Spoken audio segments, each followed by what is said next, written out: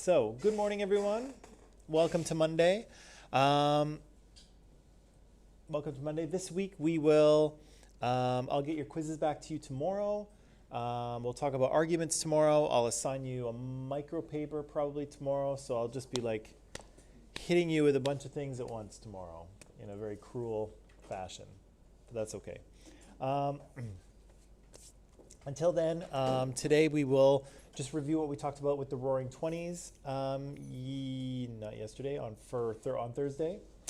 We'll review that, and we'll talk a little bit about what was happening for the U.S. at home during the 20s and into the 1930s, because I think we read a section of the textbook on that, if I recall. And then we'll go on to talk about political systems that come out of this period of history. Okay, so that's kind of what we'll do. Oh. And I should probably mention here that Ayushi is here. Good morning to you, Ayushi. And Kevin's here. Good morning, Kevin. And Michaela is here. Good morning, Michaela. Ty is here. Good morning. And Ananda's here. Good morning to you. Okay. Oops. So when last we met, what's going on here? There we go. When last we met, we were talking about the Roaring Twenties, right? The 1920s, particularly in the U.S., was roaring because it was a very active period in terms of economics, but also it was a kind of party time for everyone. The war was over. Everyone was kind of excited that the war was over. Social rules were changing, culture was changing, and so it was kind of a big party for a lot of people, right? John and Mike, I think you need to close those because you got to be with me up here. Yeah, so it was a very active, exciting period for all involved, right? And so we said that one of the ideas we're talking about in this course is the idea that technological change spurred social and economic and political changes. And so we talked about that a little bit in the video we saw. We watched this 1920s America in color. And so one of the things I wanted to point out to you in that documentary is that there was something we should pay attention to in terms of historical significance, right? Because was that documentary we watched, was it a primary source or a secondary source? Secondary source, right? The documentary itself is a secondary source. It had lots of primary sources in it, right? It had lots of footage, lots of video footage from the time, but it was stuck together and created a secondary source. Now, who was the audience for that source? Who was it made for?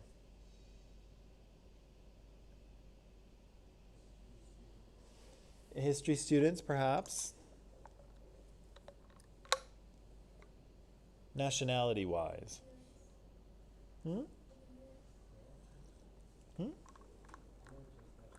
Yeah. It was made, that film is about America, but it's also made for Americans, right? So what kind of things did we see in that documentary that Americans would particularly like or like to hear about?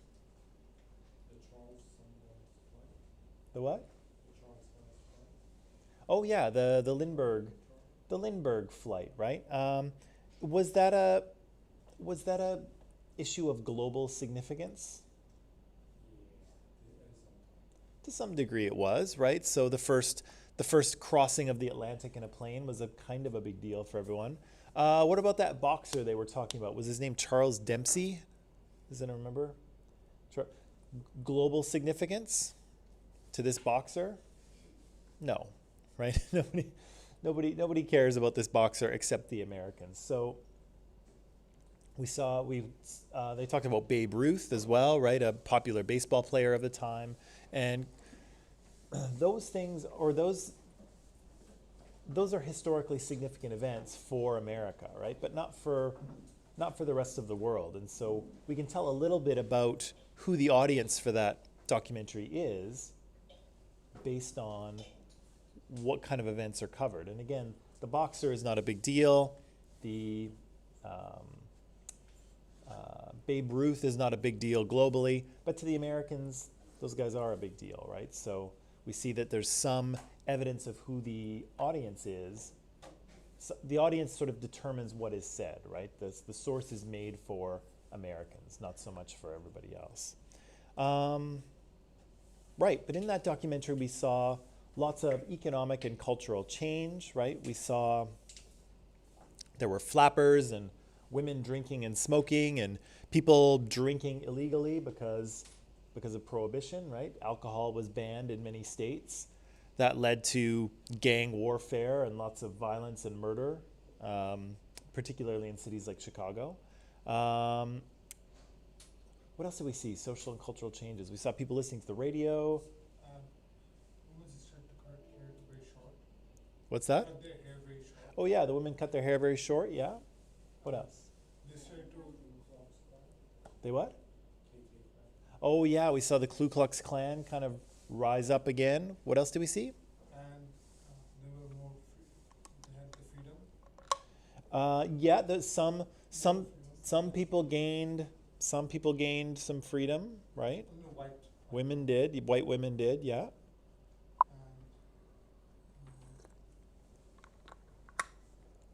And Um, let's see. So Ayushi here says the invention of electronics. Yeah, so we saw the creation of lots of household machines that we, take for granted nowadays, like vacuum cleaners and ovens and things like that. But for the time, it was new, and even electricity was a new technology. Although I'm not sure if that's a social cultural development, more of a technological one, right? But we saw cars, right? We saw lots of cars being manufactured and sold. And of course, that changed the way that cities were built and designed, right? We saw lots of those New York City streets, and it was crazy, right? Because the streets are so narrow, and there's all these, boxy black cars moving around, and people are walking between them, and it's a little bit chaotic, right? So we design our cities differently now based on the fact that everybody drives cars around. But at the time, there were all horse carriages when those cities were created, right? Um, and we didn't talk about number three because, of course, nobody was interviewed in this film. I was thinking of an earlier film that I showed, but that's okay.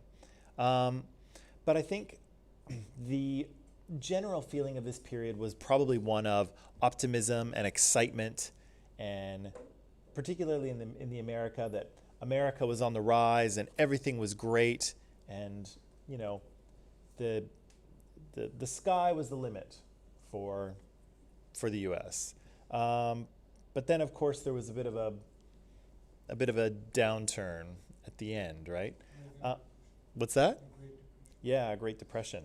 Can I give you just a few minutes, maybe like 4 minutes, just to look over this section of the textbook again, just so you can remind yourself what's in it? Because I know it's been 3 days now, and you probably don't remember ever having looked at it before. So take a few minutes and look at it, and then we'll talk about what it says, okay? Because there are a few important things here that I want to pull out.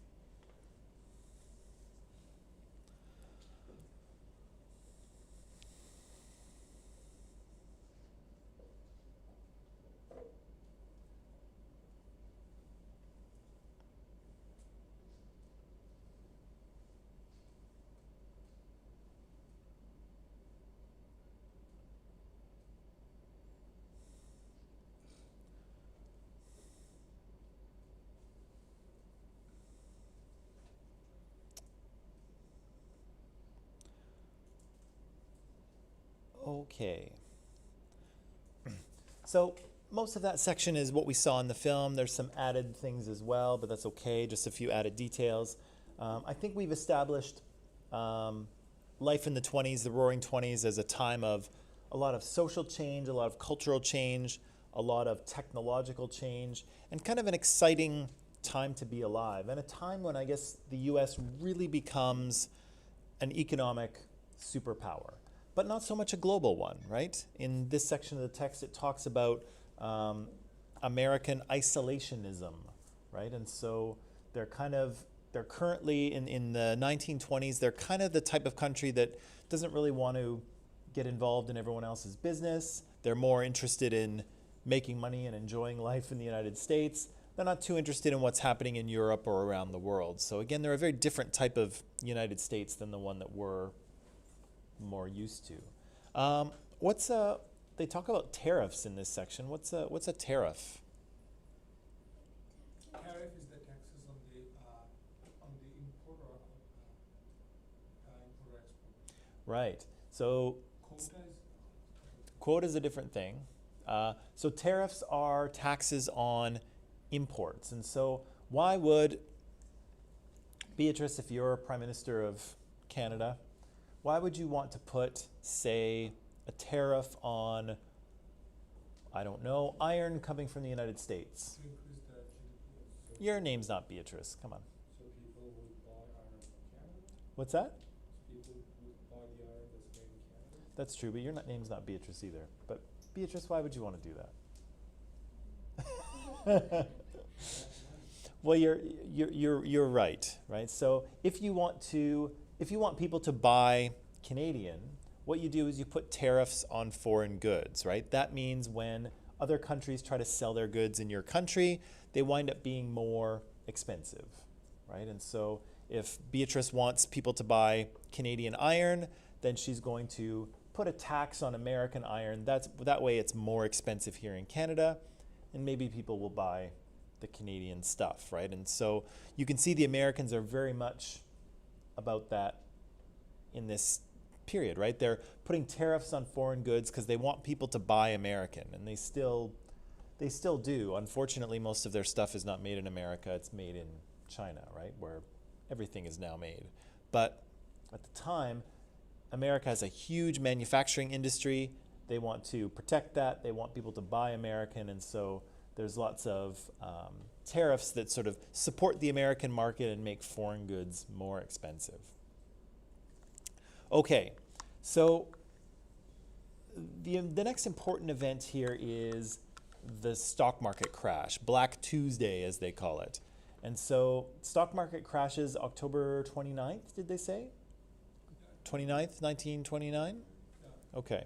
So stock market crashes 19. So what does that mean when the stock market crashes? The price of the goods, the value of that company gets lower. So this the price of that portion of the company. In part. Lose their value. They all just, The shares that all the prices all just suddenly drop. So say I bought a share for $5, $5 a share, and I bought, I don't know, 5,000 of that share, and then suddenly the share drops to $2. I've lost a whole ton of money. You have. You definitely have. And there'll be tears, I'm sure.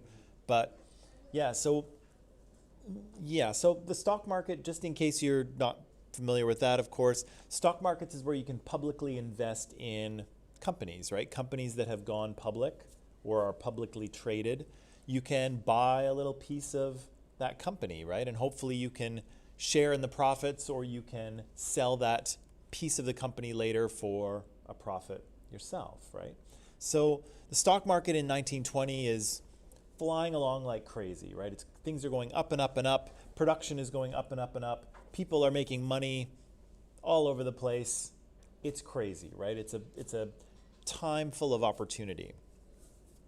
Now, a couple of things play into this crash. Now, do they explain it in the textbook very well, or?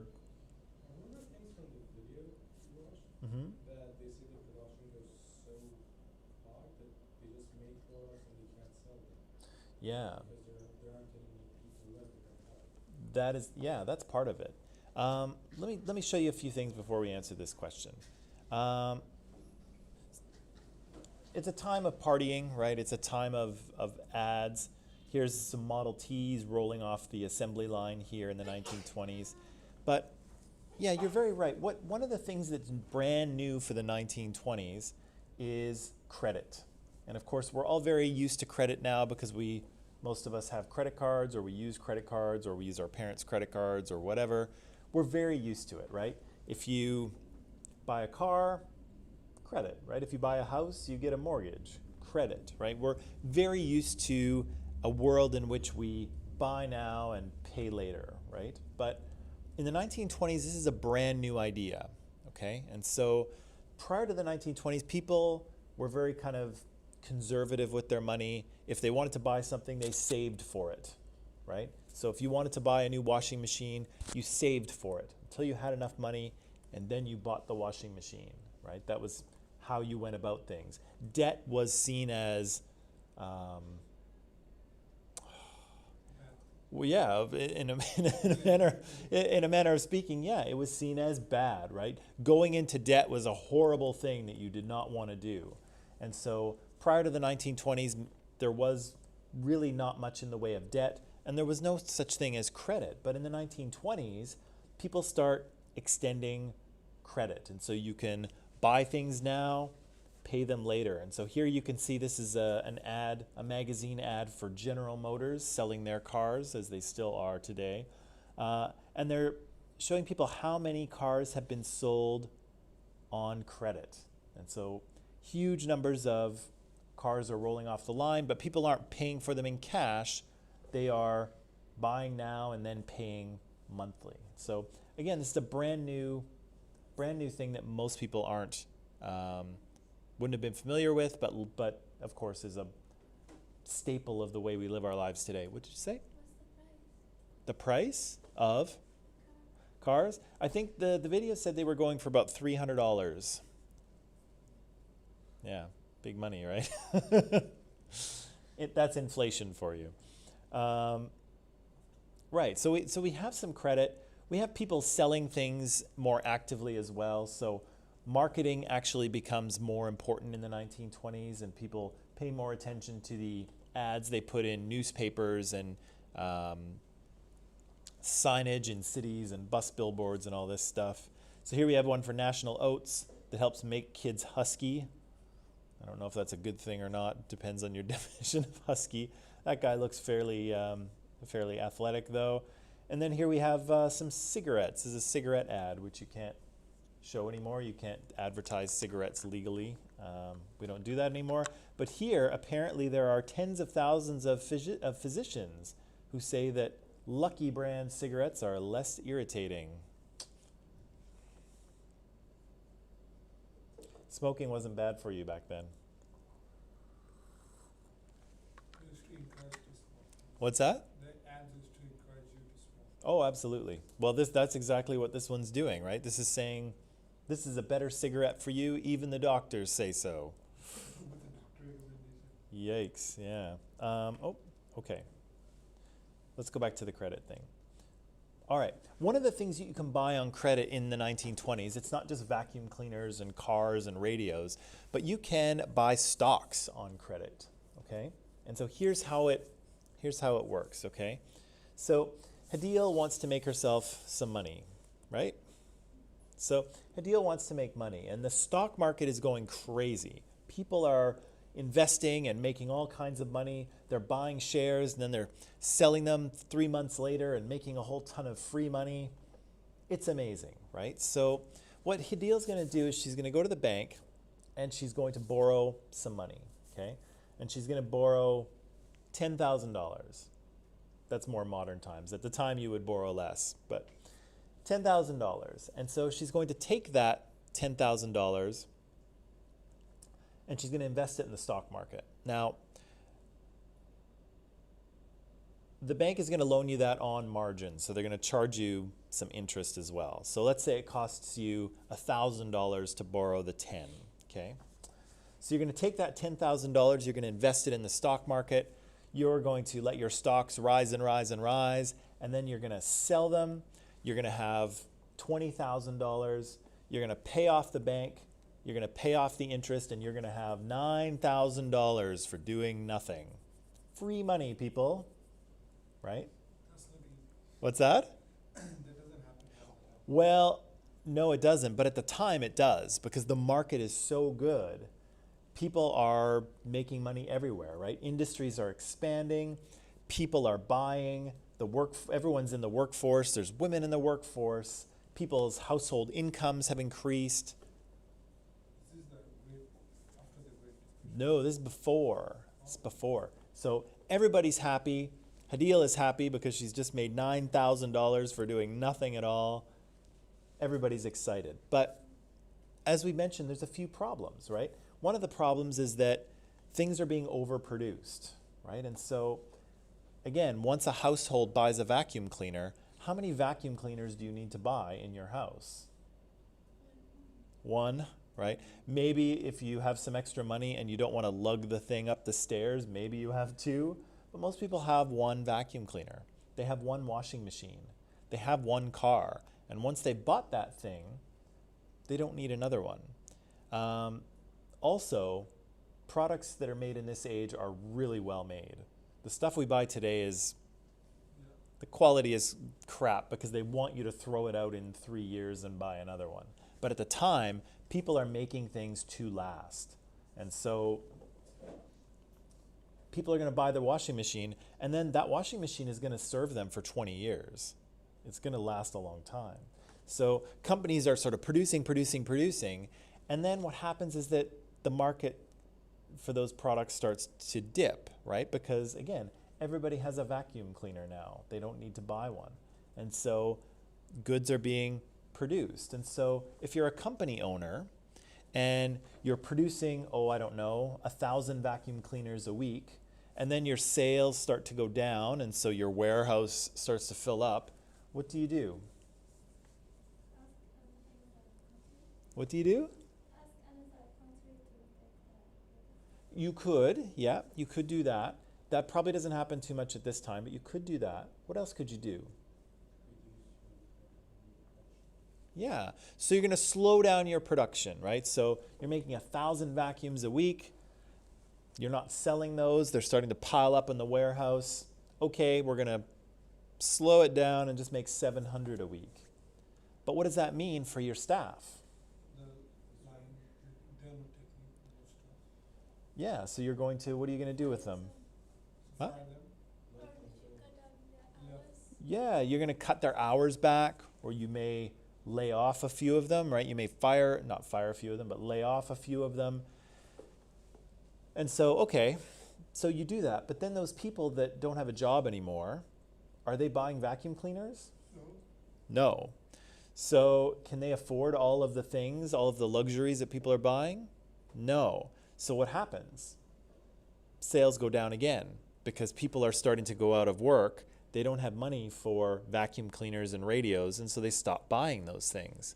And so what happens? Well, people lower production again because people aren't buying and the warehouses are filling up, and so you decrease again, and then you lay off more staff. But those people can't afford those things either.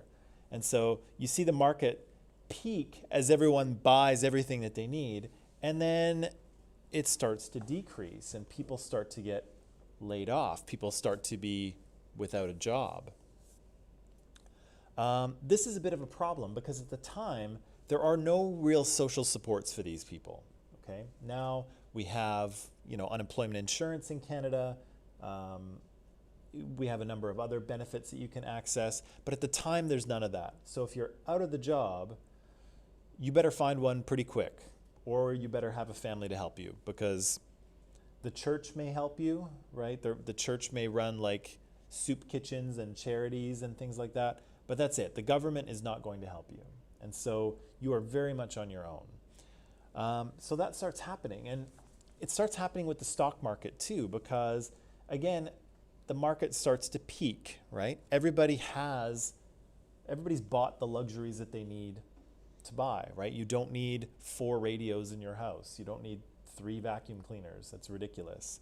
And so what starts to happen is people start to sell their stocks, right? Because companies stop making so much money, people decide to sell, right? And as more people start to sell their stocks, if you know your supply and demand, what happens to the price of stocks? As the supply The increases, supply increases. yeah, price goes down, right? And so prices start to dip, and some people say, okay, I'm going to cash out, I'm going to get out of the market now, I'm going to sell my stocks, I'm good. Some people aren't as tuned into that, right? Because lots of people who invest in the stock market in this period don't really know what they're doing, right?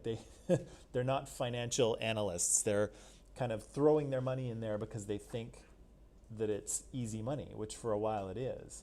But the problem is they don't have that money to lose, right? Because like Hidil, she invested in the stock market with money she didn't have, right? That wasn't your money, and you can't really afford to lose it.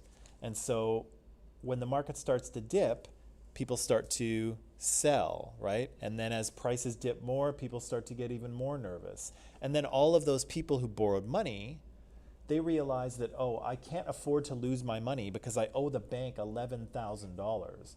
So if my stock portfolio, if my portfolio goes below $11,000, then I can't pay the bank back. Then I'm going to owe them a lot of money. And the economy is uncertain, and if I lose my job, I'm going to be worried about food and rent. I'll never be able to pay the bank.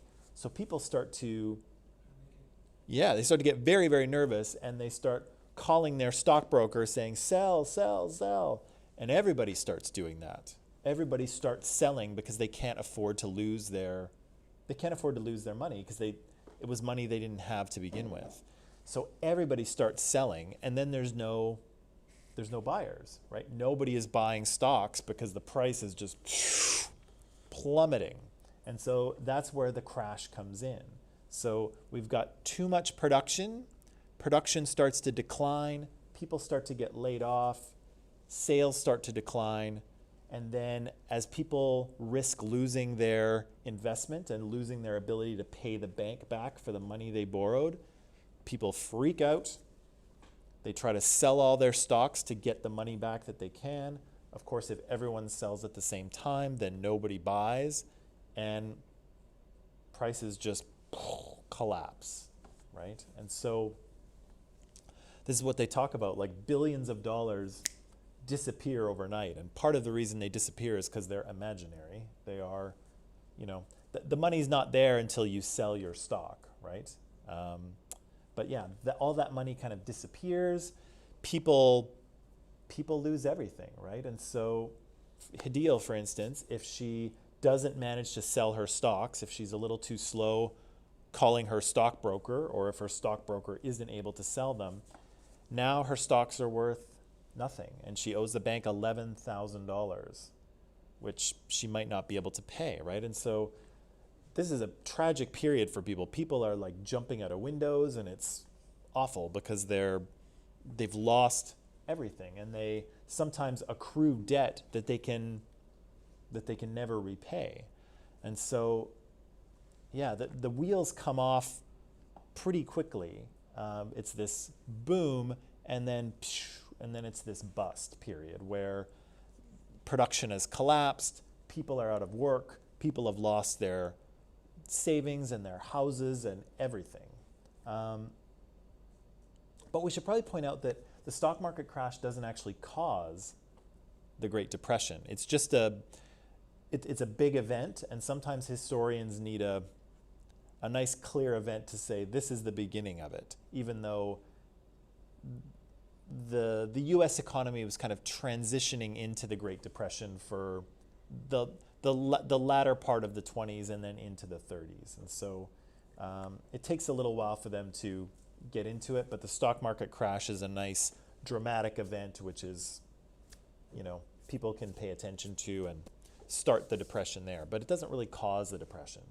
It's just another symptom of it. For how long the depression stays? What's that? For how long?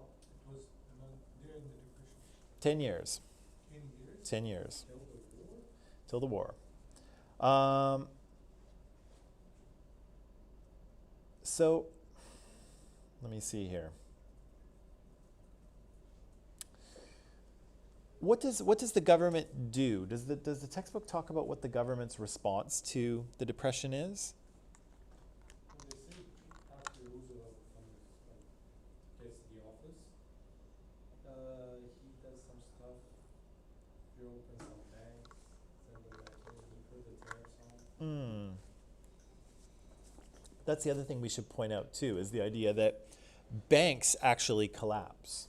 Okay, so like now here in Canada, what banks do we have? We have TD, Scotiabank, CIBC. Yeah, Van City is a smaller one, right? It's only in Vancouver. We have Coast Capital, but the big ones are like TD, Scotiabank, HSBC, those guys. And they're huge, right? They are massive, massive banks. But at the time, the US is full of lots of little banks. They don't have big banks like that. And so lots of these little banks actually collapse because, Hadil might put her, she might have a savings account at the bank and she might put her savings in the bank. But of course, what does the bank do with that money? They give someone a loan, they invest it out. But suddenly, when the stock market collapses, everyone wants their money back, but the money is gone, right? And so when Hadil gets nervous and she goes to the bank because she's going to withdraw her money just to make sure she can hold on to it, the bank says, "I'm sorry, Hadil, we don't have your money. We have no money because we're trying to call back our investments, but nobody has the money to pay." And so Hadil's savings that were in her bank, gone. What happens to the bank? Closes and collapses, right? And so again, people lose their life savings this way too, which is tragic, right? Even if Hadil hadn't invested in the stock market, even if she was playing it safe and just putting her money in her savings account and being very careful, if the bank collapses, then her money is gone, right? And there's nothing she can do. This kind of a little bit of this happens in 2008 when we had that real estate bubble, if anyone has paid attention to it or listened to it, where some of those big financial companies are on the verge of going bankrupt. And It actually helped our economy, right, after that. debatable, but at the time, the American government pumped a bunch of money back into those financial companies. And some people said, well, these people caused this economic problem and now you're giving them money, you're rewarding them. But of course, the US government felt that these banks, if they collapse, they will take a lot of poor, innocent people with them because those people are invested with them, their money is with them. And so a lot of lessons are learned from the Great Depression, and one of them is that you shouldn't let banks fail because when they do, they take all of their customers down with them. And so the American government during that real estate bubble moved to pump money back into the banks, even though a lot of people were angry that some of those financial companies had caused this issue in the first place, which is true. It's a long story, that real estate bubble. The shortest version I could give you is that a lot of people were getting mortgages that they couldn't afford to pay. The banks were just giving them huge mortgages that they couldn't afford to pay. And then the bank would take that mortgage and sell it off to someone else. And so the mortgage debt would be passed along and would be owned by a number of other people. And eventually, nobody could pay those mortgages, and so they just defaulted. And so everyone's investment, the money that everyone was counting on coming in, collapsed. And so it was a different situation from the stock market collapse, but similar in that people got into way more debt than they could afford. And again, when people wanted their money back, the money wasn't there. Nobody could pay, and again, companies go bankrupt, people lose their houses, and it's utter disaster. So debt has to be carefully managed. If you go into debt too far, when it comes time for people to need money back, nobody will have it, and then you have financial ruin, which again you almost had in 2008, but again people learned lessons from the Depression here, because initially the American government does nothing about this. So the market crashes, things are on the way down, and people think, you know what, it's okay, the market will take care of itself. Have you ever heard of the invisible hand? Yeah, because after the economy goes down, it will. Yeah, it'll come back up, people. Don't worry. In the 1700s, economist Adam Smith, in The Wealth of Nations, I believe, he said, don't worry, the market is guided by an invisible hand, right? And so if you just stay out of it, prices will return to normal, supply and demand will work itself out, everything will be fine. Just don't worry. And so that's what American and Canadian politicians thought. They said, okay, well, yeah, it's a crash. It's okay, just don't do anything. It'll come back, right? The other thing they did was, so if Hadil is that person in the 1920s, and let's say she loses her job at a factory, okay? When you lose your job, what do you do in terms of your finances at home? I spend my savings. Yeah, so you'll start using your savings. Hopefully you have savings. You'll start using your savings, and you'll cut your expenses, right? So maybe you cancel your Netflix subscription, right? Maybe you stop eating out 3 times a week. Maybe you start shopping at Walmart instead of Thrifties, right? Maybe you don't buy that new pair of shoes you've had your eyes on, right? You cut expenses, right? You tighten your belt, as they say. Now, the problem is that's good advice. If you're a regular person like us and you lose your job, that's good advice. Cut your expenses, go into your savings, and try to weather the storm until you can get another job again. But is that good advice for a country? Should a country do the same thing? No, But why not? because people are suffering. So we find there was one individual I do that, big deal, there are millions of others that gonna take my place in the market, but if everyone else do that, it's gonna be again the supply and the demand. The demand will be the lowest and the supplies will be the highest, the prices are gonna crash. Yeah, because how do you have a healthy economy in a country?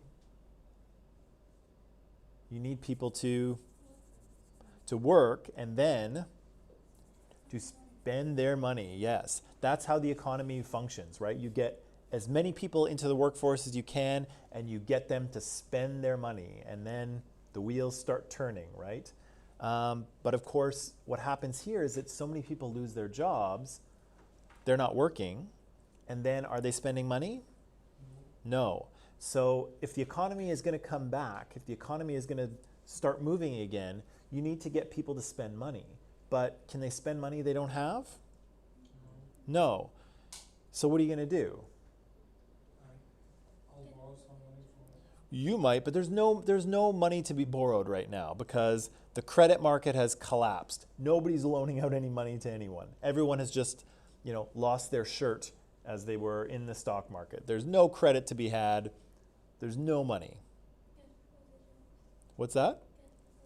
Yeah, you need to try and get people back to work. That's an important thing. But again, at first the government doesn't really see the importance of this. And so at first they don't do anything. And then they start trying to get people back to work, but kind of unsuccessfully. And to make a very long story short, this is a 10-year long story I'm going to compress into a minute here. It takes the government a long time to figure out that, when you go into a recession or a depression, if you're a regular family, it's a good idea to cut your expenses. It's a good idea to live more simply, right? But as a country, as a government, this is a bad idea, right? When the economy goes down and you enter a recession or a depression, it's the time to spend money. The government has to start throwing money around because that's how you get people spending money again, right? And so we actually witnessed that a few months ago here in Canada, right, with the CERB. Did we not? The CERB, the Canadian Employment Resource Benefit. What was it? Emergency benefit. Yeah. Right. So that CERB exists because of the lesson learned here, right? When the economy is going to take a dip, which it would have because everybody was in lockdown, people were either losing their jobs or they weren't getting paid and they couldn't buy food or pay their mortgage. The best thing a government can do is pump money back into the system, right? To keep people spending, right? It's no good for the government to say, well, we'll just see what happens, I guess. And then people start losing their houses, they start defaulting on their mortgages, they can't pay their rent, places start going out of business, people are cutting staff because nobody's spending money, and then those people have no money either. It's a snowball effect, right? It's a domino effect. And so you can see here in Canada, the government moved pretty quickly to, when it looked like people couldn't afford even their basic necessities, the government starts pumping money into the economy to make sure that that little market dip is not nearly as bad as it could have been, right? And so, yeah, we had a little dip when we went into lockdown in sort of March, April, May. There was an economic decline, and we're still in it to some degree. But had the government done nothing, we could have seen a much more significant drop. And so it's a little bit counterintuitive. It's not what you would think, but when you enter a recession or a depression, that's a great time for the government to start spending money. So putting money in people's pockets, like with CERB, borrowing money to do infrastructure projects like SkyTrains and public buildings. That's a perfect time to start doing that stuff because you can put people back to work, you can put money in their pockets, and when there's money in their pockets, they're going to start spending, right? But again, this is a lesson that the governments haven't learned yet. There's never been a depression like this before. And so initially the American and Canadian governments don't do anything. They think, okay, it'll come back, which just makes it worse. And then they decide, okay, we're going to, put tariffs on, on other products, on outside products to stimulate our own market. But of course, other countries put tariffs on American goods in retaliation. So then everybody's products get more expensive, so that doesn't help either. And so it takes them about halfway through the Depression before they figure out, about halfway through the 1930s before they figure out, oh, maybe it's not going to fix itself. Oh, maybe we have to do something here. And so then they start. And so you can see you have Roosevelt's Emergency Banking Act. There's the Roosevelt's New Deal that comes about after that. And so that's when politicians actually start to figure out that they will need to manipulate the economy, right? The economy is not something that runs itself. You have to sort of put your hands on the controls and move things from time to time to make sure that it stays healthy. You don't just stand back and let it do its thing, which of course is what the government had done. And so, yeah, if you let the market do its thing, you'll get this. You'll get boom, and then you'll get bust. If the government doesn't interfere in it, that's what will happen. And again, it's great. It's great on the upswing, pretty brutal on the downswing, right? So nowadays, most governments realize that you have to manage the economy, right? Because people like stability, right? People don't like, that's not good for anybody. And so you just want a nice, steady growth. That's what you want. And so governments, of course, realize this today, but at the time, people didn't quite get it, right? Depressions were new, their understandings of economies were different, and so a lot of lessons get learned from the Great Depression. And one of them is that when the economy starts to decline, you need to pump money back into the system. Otherwise, it gets worse before it gets better. And so for the Depression here in the US and in Canada, things get way worse before they get better, and things get pretty bleak for some people who have really nothing at all and no job, and again, the economy doesn't recover really until World War II. And again, unfortunately, if you're at war, that's good for business, unfortunately. Okay, you want to take a little break? Yeah. Okay, take a break, come back in 10, and we'll talk about political systems.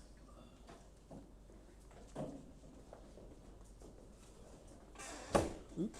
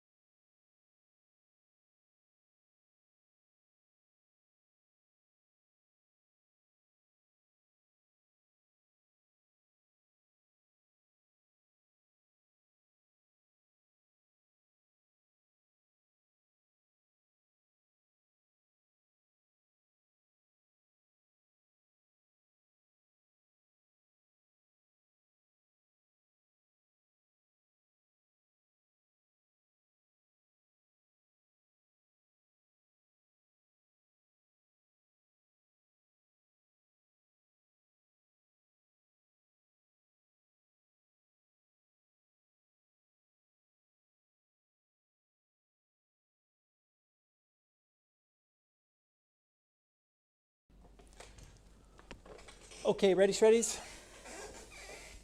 Ready, ready, ready?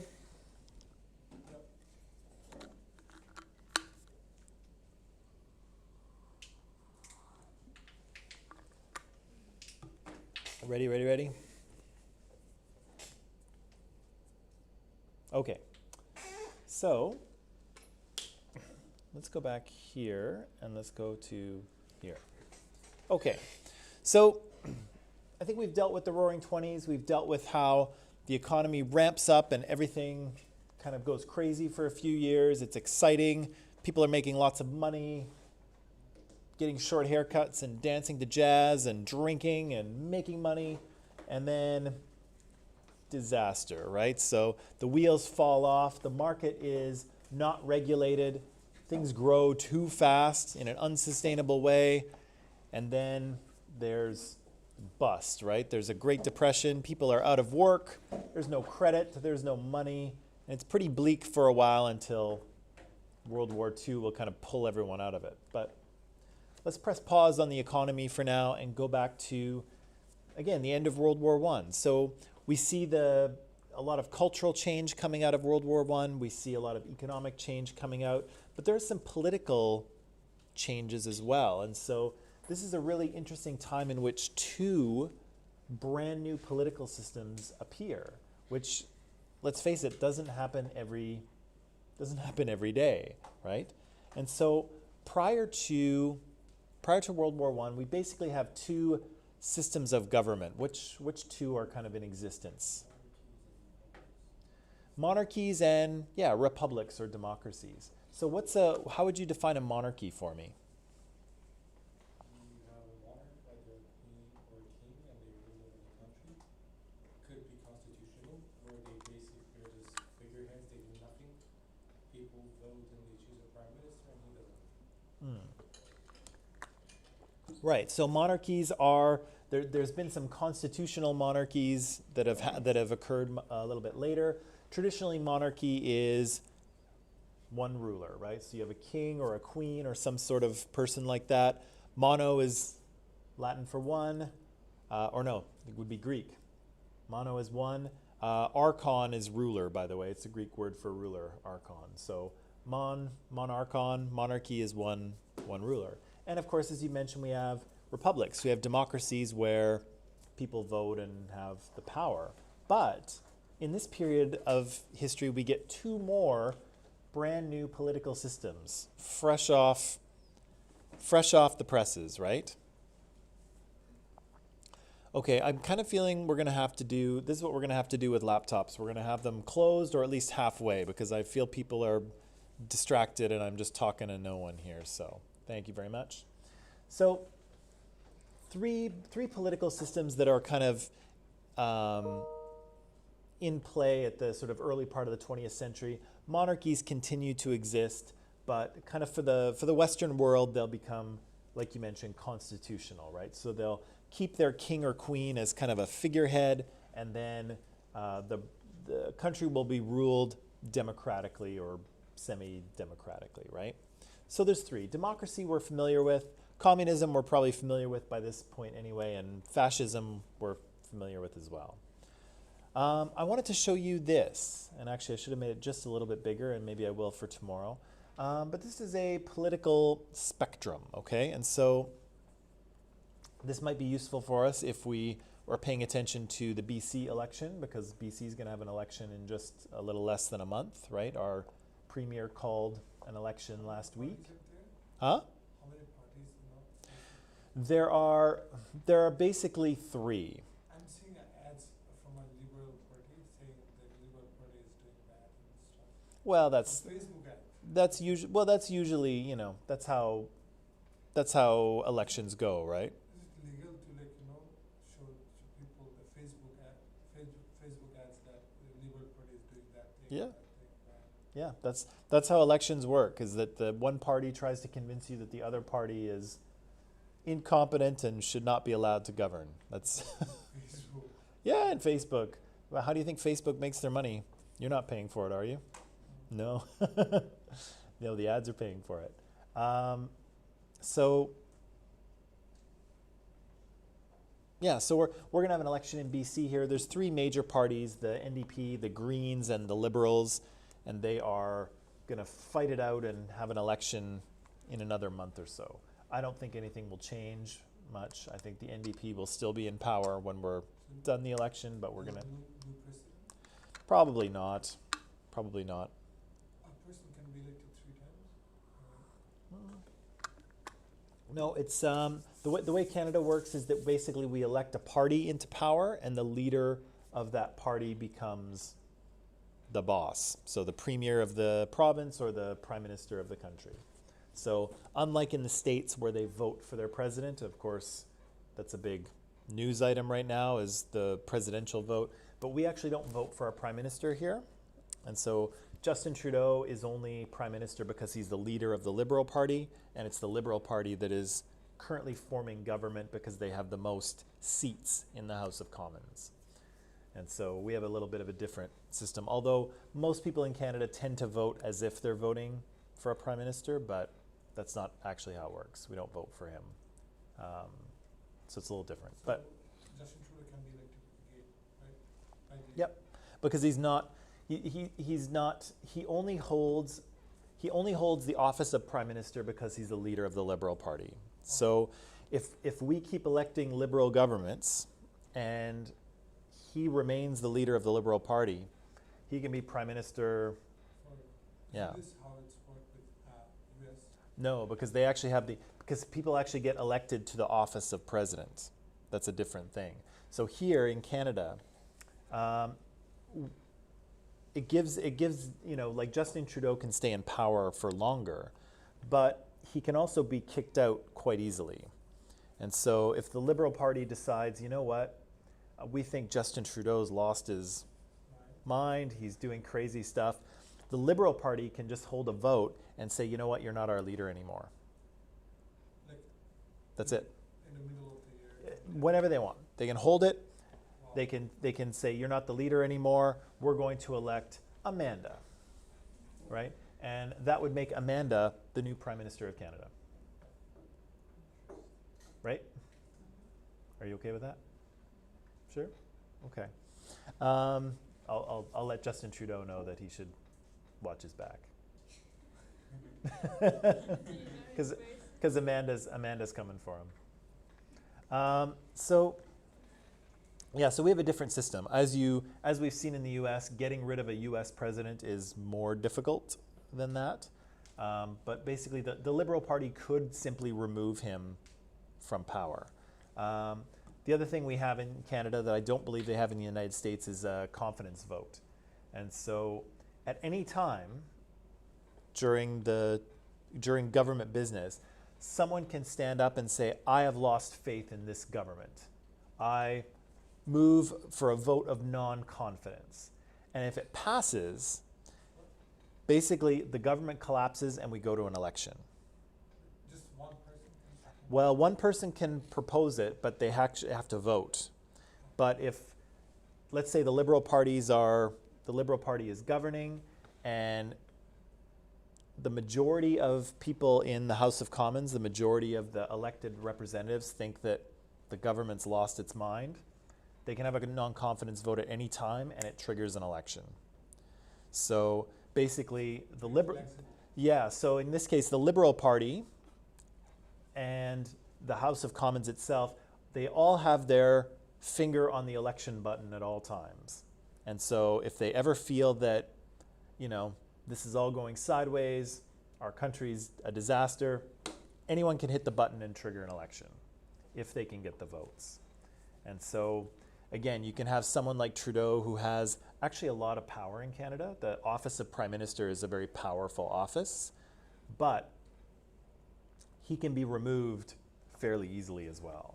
So we always have a little safeguard against someone who might try to do something undemocratic or not in the best interest of the country. The party can remove him, and the House can remove the government as well. But of course, the public has to go along with it, right? So this is a bit of an aside, but I guess we're talking about it. This is what John Horgan is trying to do. So he's the premier of BC, and he has a minority government, which means that every time his government wants to do something, every time they want to pass something, they need the cooperation of someone else because they don't have a majority of the votes. And so the NDP, John Horgan's party, has been cooperating with the Green Party, and the Green Party has kind of been propping them up. They've been giving them the votes that they need in order to pass what they want to pass. But John Horgan is hoping that his government has done such a good job with this COVID thing that if he calls an election now, most people will vote for him, and then he'll get a majority. And then he doesn't have to cooperate with anybody. His party can just pass whatever they want to pass. And so that's kind of what you want as... That's what we have. That's what governments want. They want majority governments. Minority governments, you always have to compromise and get support from other parties, and you got to argue back and forth, and it takes forever. As a majority government, you have the votes, and you can just pass what you want to pass. So he's going to gamble on an election now, hoping that everybody is happy with how the government has handled COVID, and he's hoping that it will result in him getting a majority government after the election. Of course, people might also be annoyed with the fact that he's calling an election now because nobody really wants one, and they may see it as a bit of a power grab. So he may actually get less votes. So it's a little bit of a gamble he's taking here to see if BC will give him the majority government that he probably wants. But we'll find out what happens. Probably not much will change, but we're going to do this election for nothing. But sometimes that happens. Okay, so but we can talk about that in connection to this. So this is the political spectrum, okay? And so on here we have kind of people's political views summarized on a spectrum, if you will. And there's kind of two ways to think about this, and I've got them at the bottom. And it has to do with the government's role in people's social lives and the government's role in the economy, okay? And how people want the government to behave with regard to the economy, okay?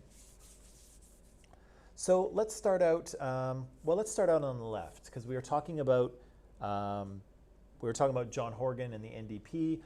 The NDP here in Canada is a left-wing party. And so if you go out on the left wing, you'll see that people and parties that are out on the left wing, they support changes to improve the welfare of citizens. And so social programs, social services, people on the left wing tend to like those sorts of things. So like things like the CERB, unemployment insurance, disability pensions, our healthcare system, Canada's healthcare system that is basically free to everyone. All of those are kind of left-wing ideas. The government provides lots of social services to the people. So here on the left we have the government playing a big role in people's lives, but in terms of their social lives, governments on the left and people on the left tend not to be very interested in that. So people out on the left tend to be more accepting of immigration because they're not too interested in who Canadians are. So they kind of accept everyone as Canadian, if you will. They tend to be more accepting of things like gay marriage and LGBTQ rights. Black Lives Matter tends to be more supported on the left. So people in governments on the left tend to be involved in people's lives in terms of providing social services and providing for the welfare of citizens, but they're not too interested in who those people are. So their race, their ethnicity, their religion, their sexuality, any of that stuff, left-wing people and parties aren't that interested. They're sort of very inclusive and accepting of everyone, usually. It's a bit of a generalization, but that's okay. So yeah, John Horgan's NDP is out there on the left, as are the Green Party. The Green Party is kind of a left-wing party too. Now the BC Liberals, they're kind of a right-wing party. And so people on the right tend to be a little more traditional, okay, a little more conservative. They don't really like change as much. They are trying to sort of keep things the way they are. They're trying to maintain tradition. In terms of economy, they often believe that the government should play less of a role in people's lives. So they're usually interested in less regulation, lower taxes, fewer social problems, fewer social programs, kind of let people take care of themselves, okay? And so you can imagine these two, if you imagine these two sides almost as parents, okay? So in voting, do you want the parent that helps you out and supports you and, provides for you and sets up a college fund for you and all that stuff? Or do you want the kind of parent who kind of just leaves you to do your own thing? Yes, they're there, if things get disastrous, if something really bad happens to you, but they're kind of encouraging your independence and they're encouraging you to do, to go out and live your life on your own, independently, go your own way kind of thing. Which kind of parent do you want? Always the freedom one. The freedom one? Yeah. I want a mix of both. You want a mix of both? I want a mix of both. Mix of both? Both. Mix of both? Yeah, and to be honest, that's really what most countries want as well. And so again, here in BC, we have a couple of left-wing parties like the NDP and the Green. We have the BC Liberals. Usually Liberals are on the left, but in this case, they're on the right. But most people in BC are really close to the center, okay? So you will not find many fascists in BC, okay? You will not find many communists in BC. A few, but not many. Most people are kind of right towards the center of the spectrum. And so most political parties are close to the center as well. And so even though the NDP is a left-wing party, they're not that far to the left. They're leaning a little bit left. The Liberals are leaning a little bit right. Nobody's really out on the ends. And of course, that makes sense because most people are in the center as well, right? I asked you which parent do you want? Everyone wanted a mix of both, right? There's very few people out on the extreme edges of this spectrum, and so therefore there's no parties out there either because there's no votes out there. The votes are all in the center, and so people kind of just lean a little left or lean a little right. And so here in Canada, I would say on average, we lean a little bit left. We have conservatives here as well, but we lean a little bit to the left on average. I would say that the US leans a little bit to the right on average, more so than us, but They're trying to be. it depends, right? So this is kind of an important thing in understanding elections and political parties, but also in understanding these new types of political organization that appear, okay? Because communism will be far out on the left and fascism will be far out on the right, but we'll talk about those in due course. So this is the one that we're all probably familiar with, right? Democracy, where the power to make decisions is held with the people, right? And so if you took my comparative cultures class last term, you'll know that in terms of Western democracy, it starts in Athens, right? In Athens, Greece. And so the Athenians start to decide their own affairs by arguing with each other and then holding a vote, right? And when the vote comes in, that's what the Athenians choose to do. And so, yeah, the power is with the people. And so the Athenians practiced a direct democracy where they voted on all the questions all the time.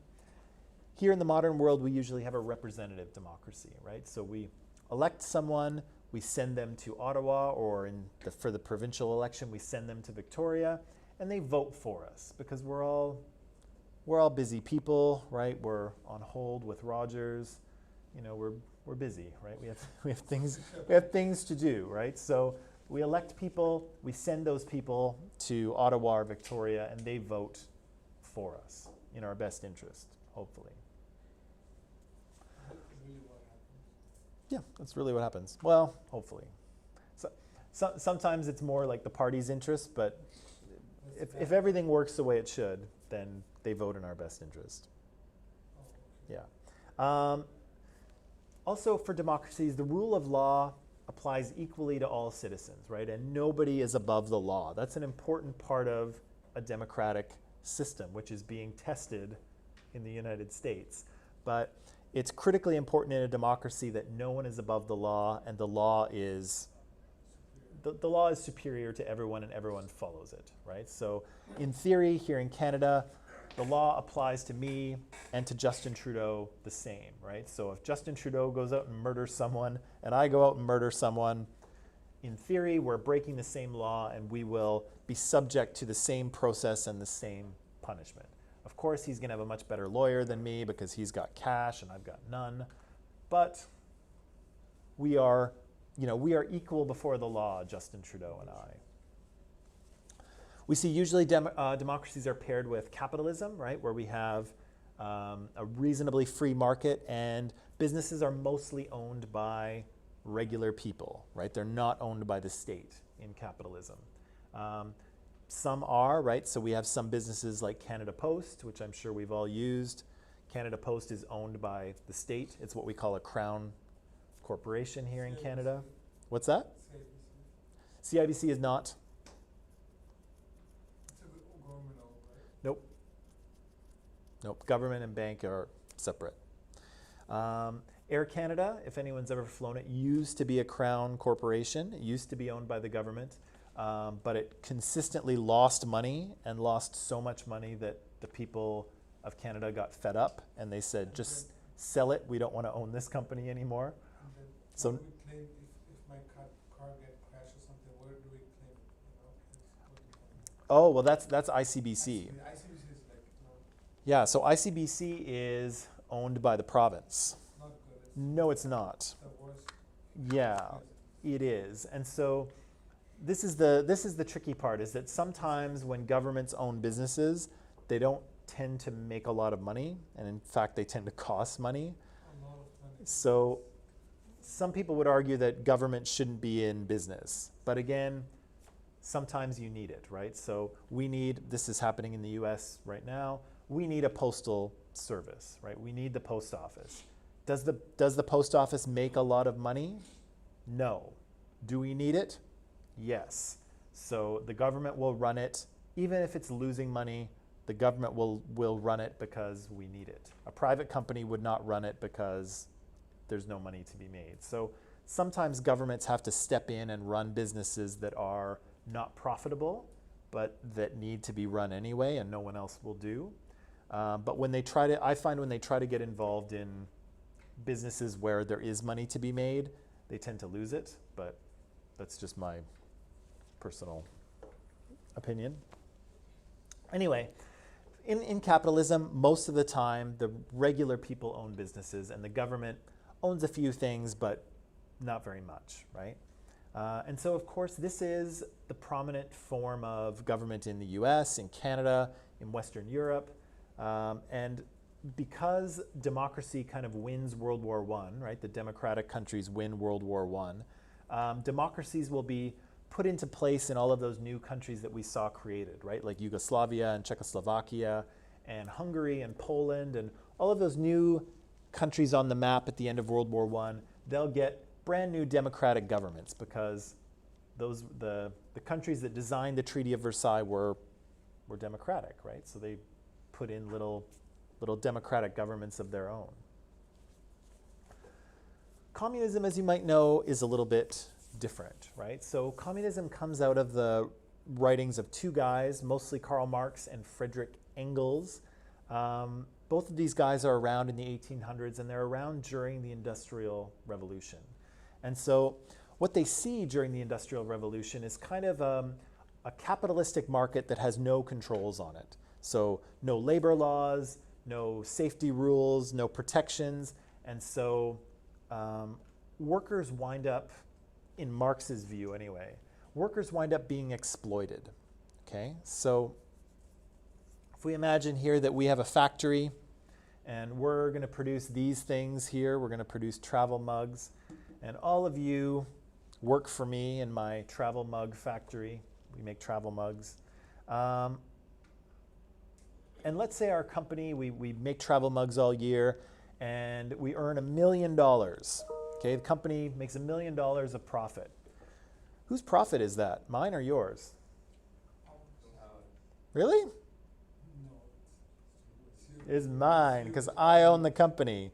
I'm going to pay you, right? I will pay you an hourly wage. I'm going to pay you, what's minimum wage in BC? 13.5, 14 14. $14? Okay. I'm going to pay you $14.25 an hour. More than minimum wage. I know, I'm so generous, aren't I? I'm going to pay you, no, I'll pay you $14.50 an hour That's in the travel mug factory. And by the end of the year, the company will have made $1 million. And whose $1 million is that? yours. That's mine. Are you ever going to see that $1 million? No. Maybe I'll throw you a nice Christmas party. It won't cost $1 million, I promise. What about next year when we make $1.5 million, $1.5 million? Whose money is that going to be? Mine, right? Protest that we have to increase the job. Well, this is the thing, right? Who's doing all the work in this company? You. Who's making all the money? Me. Is that fair? Karl Marx says, no, it's not fair. Capitalism says it's fair, right? Capitalism says, yeah, that's the way it works. If you want to make money, open your own business, right? That's what capitalism says. Communism says, not fair. Communism says that I am exploiting your labor, and the profit from your labor is kept by me, right? And so Marx and Engels say this is exploitation. I am exploiting you all, which he called the proletariat, and me, the bourgeoisie, are making, huh? Was he French by any chance? He was not. He was a German Jew, I believe. But the terms he used, the terms sounds French. I don't know where he borrowed them from or got them from, but he says this is an exploitive system, capitalism. Really, what should happen is you all workers, you should get the profit from your labor, right? You should all share in it equally, and so. Well, this is the thing, right? Is that communism sounds great on paper, right? And so this is what he says. He says that these two are kind of locked in a struggle, right? Because do I need you in my factory? Yeah, because I can't produce travel mugs on my own. I need you to work in my factory. Do you need me? Kind of, right? You need me to open my factory so you can have a place to work and get a paycheck.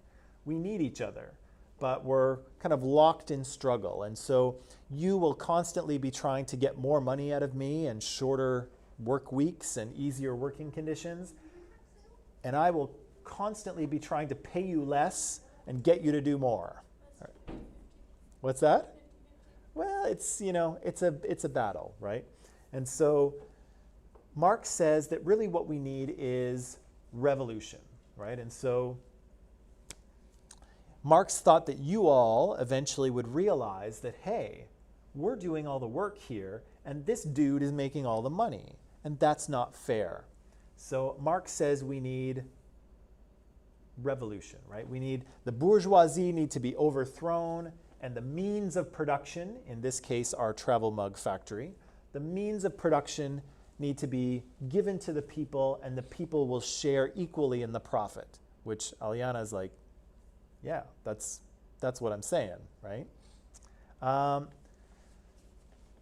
Obviously, we know from history that in real life it doesn't work quite so well. It doesn't work quite so easily, but the idea sounds great, right? On paper, it sounds really good. But anyway, that's what Marx was arguing. He was arguing for this sort of dichotomy between bourgeoisie and proletariat, and that the bourgeoisie, me, were exploiting all of you, the proletariat, and that once you guys figured this out, that you would overthrow me, take control of the factory for yourselves, and share the profits equally among you. Yeah. It sounds good, right? It sounds nice.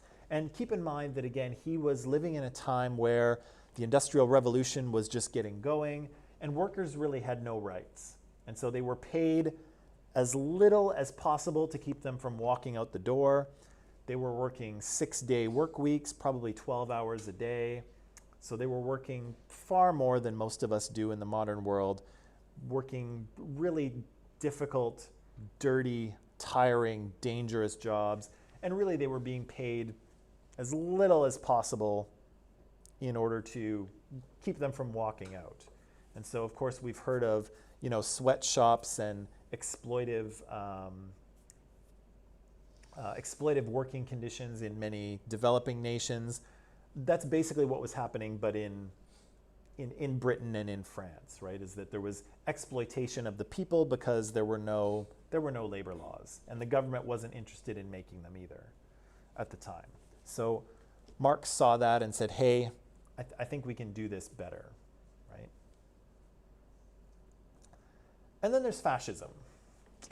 And so fascism comes out of this period, but in an interesting way, it actually comes out of democracy. It comes out of an anger towards a lot of the things that are appearing at this point in history.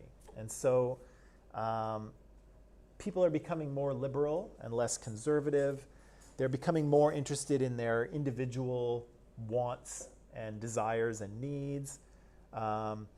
Things are becoming kind of decadent. There's lots of disposable income. People are having parties and drinking.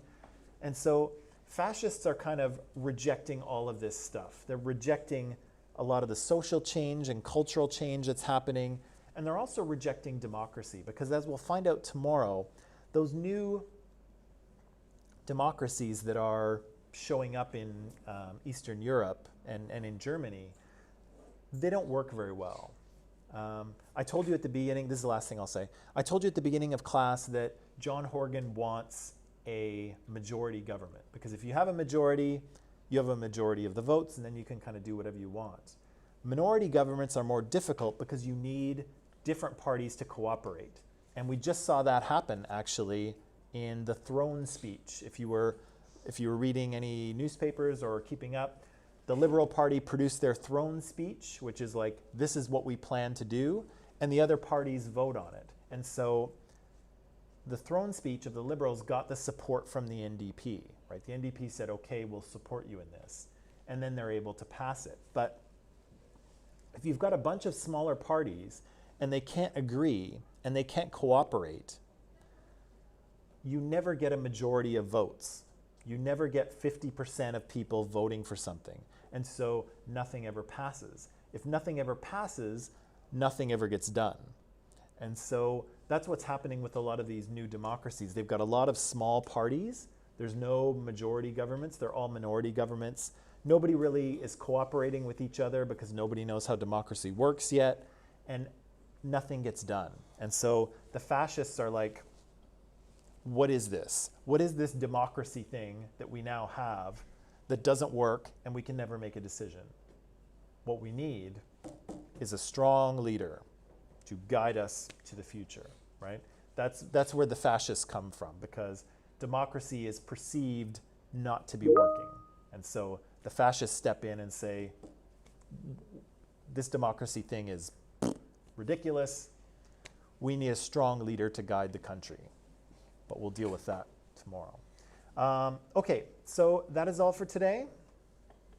Pack it up. Tomorrow, fascism, Trump, quiz, review, and assignment. It's a lot for one day, but we'll do it. Okay, bye.